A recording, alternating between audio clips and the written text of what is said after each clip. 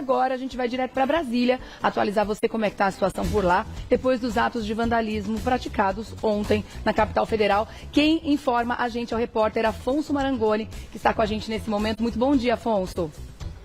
Bom dia, Regiane. Bom dia a todos que nos acompanham aqui na TV Gazeta. Pois é, a segue tendo todos os desdobramentos do dia de ontem aqui na capital federal. Agorinha há pouco, o presidente Lula divulgou na internet uma manifestação assinada também pelos chefes dos demais poderes, pela ministra do Supremo, Rosa Weber, pelo presidente em exercício do Senado, Veneziano Vital do Rego, e também presidente da Câmara, Arthur Lira.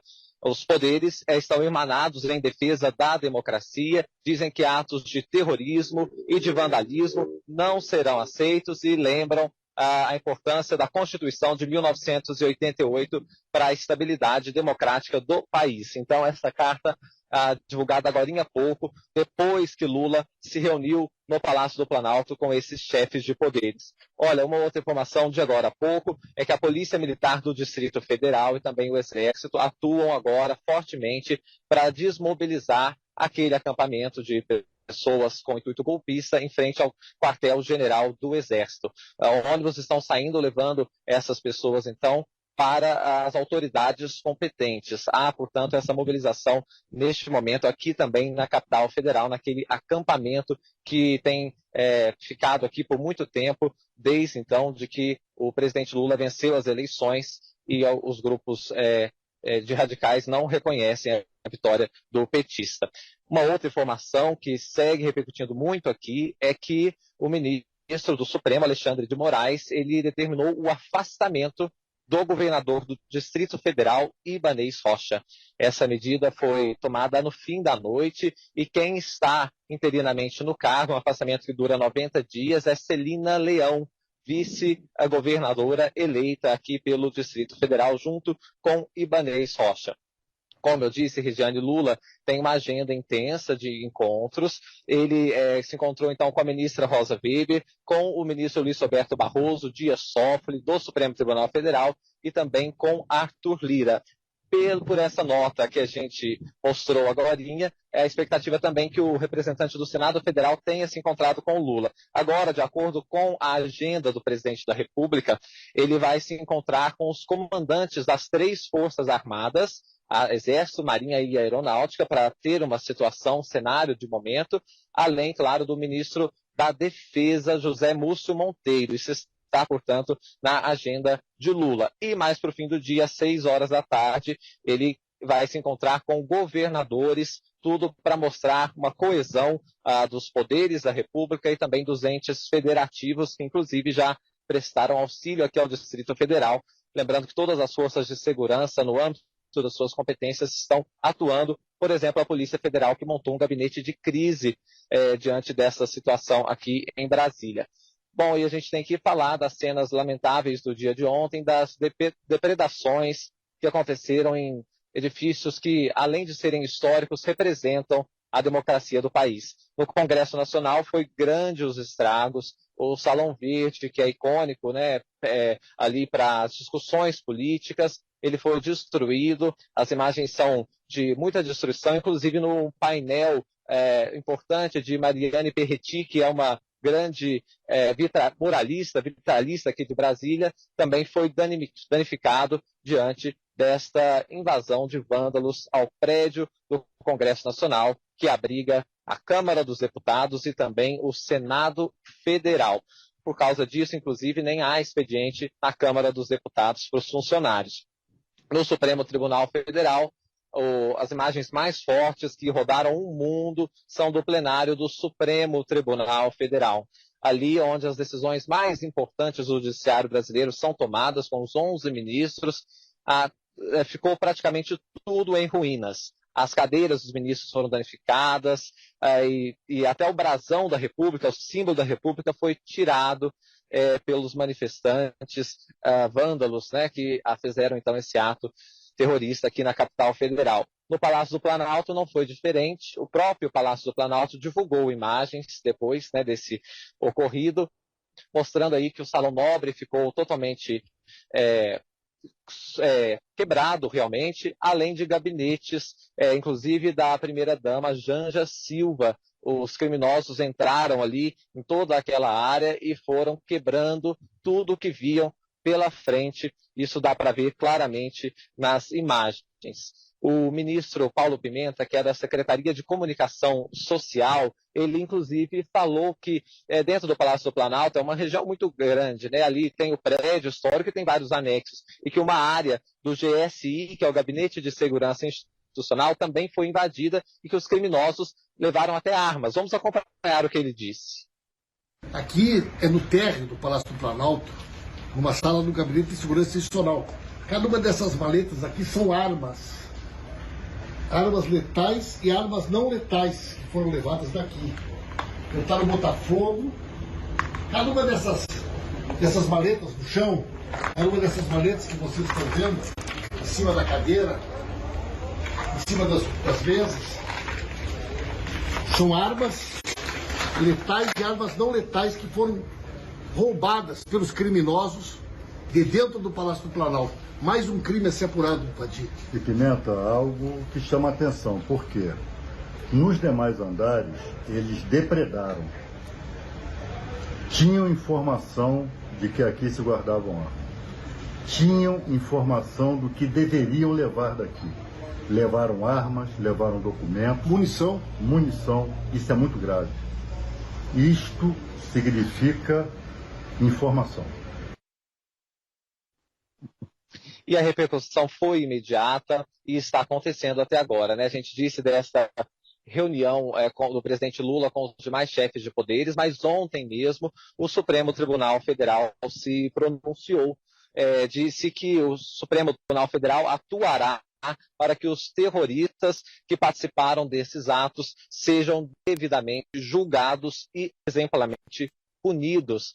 Palavras, então, do Supremo Tribunal Federal no calor dos acontecimentos no dia de ontem. Hoje, o Supremo continua se manifestando junto aos demais poderes neste momento. O presidente do Senado, Rodrigo Pacheco, ele não está no Brasil, está até retornando à capital federal, mas ele também se colocou de forma muito dura diante desse episódio lamentável da história do Brasil, repudiou veementemente os acontecimentos na capital federal. O presidente da Câmara, Arthur Lira, disse ontem também que os três poderes estão mais unidos do que nunca em defesa da democracia e do Estado democrático de direito. Quem também falou ontem, já à noite, foi o ministro da Justiça e Segurança Pública, Flávio Dino. Dino que disse que esses atos criminosos e terroristas terão uma resposta efetiva. Vamos acompanhar. Lamentamos que um patrimônio do povo brasileiro, tombado inclusive pelo patrimônio histórico, tenha sido dilapidado de modo vil, e acentuamos que isto não se trata de continuidade do processo eleitoral. Isto é terrorismo, é golpismo. E nós temos certeza que a imensa maioria, se não todos os brasileiros e brasileiras, não querem a implantação deste tipo de espectro ou de trevas na vida brasileira. As providências, portanto, estão em curso. Fazemos um apelo a cidadãos e cidadãs que eventualmente estejam nos seus estados com alguma posição extremista, que tenham bom senso, porque nós não vamos aceitar o caminho da criminalidade para fazer luta política no Brasil.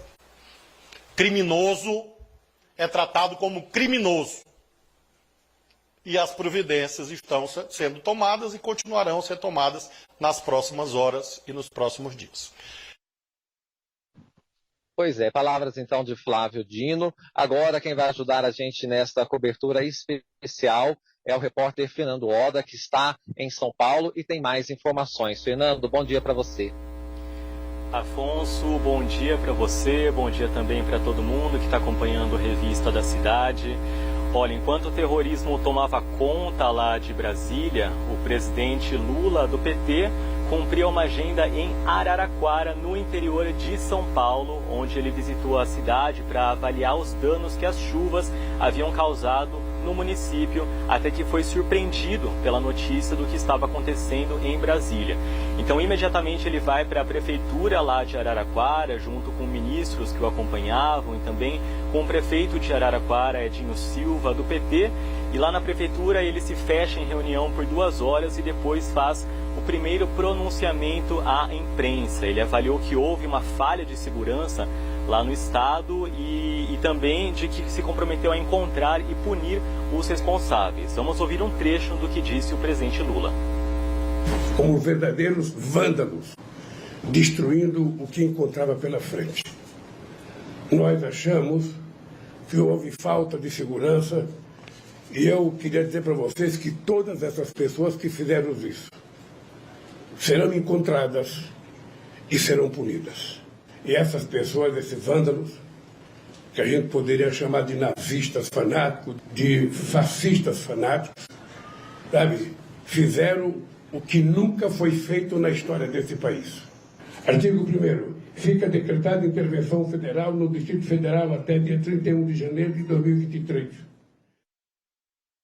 Bom, a intervenção é um mecanismo que já está previsto na Constituição Federal e significa que durante um determinado período a gestão federal vai ficar responsável por competências da gestão estadual em determinada área, nesse caso, a segurança pública. A gente lembra que isso aconteceu lá em 2018, na gestão de Michel Temer, quando ele declarou a intervenção federal no Rio de Janeiro frente à crescente da violência lá no estado. Agora falta o Congresso apreciar esse decreto do presidente Lula, mas o interventor do estado já foi até definido, será Ricardo Capelli, ele que é o número 2 na pasta da Justiça, que é coordenada pelo ministro Flávio Dino. E obviamente tudo o que aconteceu lá em Brasília ontem teve muita repercussão, especialmente entre autoridades. A gente fala agora do governador de São Paulo, Tarcísio de Freitas, do Republicanos. Ele que foi ministro da Infraestrutura do governo de Jair Bolsonaro, é aliado de Bolsonaro, e ele postou o seguinte no Twitter: para que o Brasil possa caminhar, o debate deve ser o de ideias, e a oposição deve ser responsável apontando direções. Manifestações perdem a legitimidade e a razão a partir do momento em que há violência, depredação ou cerceamento de direitos. Não admitiremos isso em São Paulo. Também muita repercussão no mercado, no setor empresarial. A gente começa falando de uma nota do presidente da Febraban, Isaac Sidney. Ele afirmou que as cenas de vandalismo vistas na Praça dos Três Poderes causam perplexidade e exigem uma firme reação por parte do Estado. Quem se manifestou também foi o presidente da Fiesp, Josué Gomes da Silva. Disse que o pior aconteceu e alguns subversivos hostis aos fundamentos do Estado de Direito marcharam sobre a capital federal neste domingo com o intuito de provocar pela força da violência um golpe contra a Constituição e contra os poderes da República. E além da repercussão nacional, a gente lembra que teve muita repercussão externa também. Vários chefes de Estado se manifestaram em relação ao que aconteceu aqui no país. A gente começa falando do presidente norte-americano Joe Biden. Ele condenou o que chamou de ataque à democracia, manifestou apoio ao Brasil e disse que está ansioso para continuar a trabalhar com o presidente Lula. Manifestação também de Emmanuel Macron, que é presidente da França, disse que Lula pode contar com apoio irrestrito do país e disse que a vontade do povo brasileiro e as instituições democráticas devem ser respeitadas. Manifestação também da China por meio do porta-voz do Ministério das Relações Exteriores, Wang Wenbin. Ele afirmou que o país está acompanhando de perto e se opõe firmemente ao violento ataque às autoridades federais no Brasil. E quem se manifestou também foi a ONU, por meio da sua página. Ela condena veementemente qualquer ataque dessa natureza e pede às autoridades que priorizem o restabelecimento da ordem e que defendam a democracia e o Estado de Direito. Agora a gente fala sobre uma manifestação de Jair Bolsonaro, ex-presidente do Brasil, pelo Twitter. Ele fez uma postagem às 9 horas e 17 minutos da noite, ou seja, praticamente 6 horas depois que as invasões começaram, e eu vou ler esse tweet aqui para vocês. Abre aspas.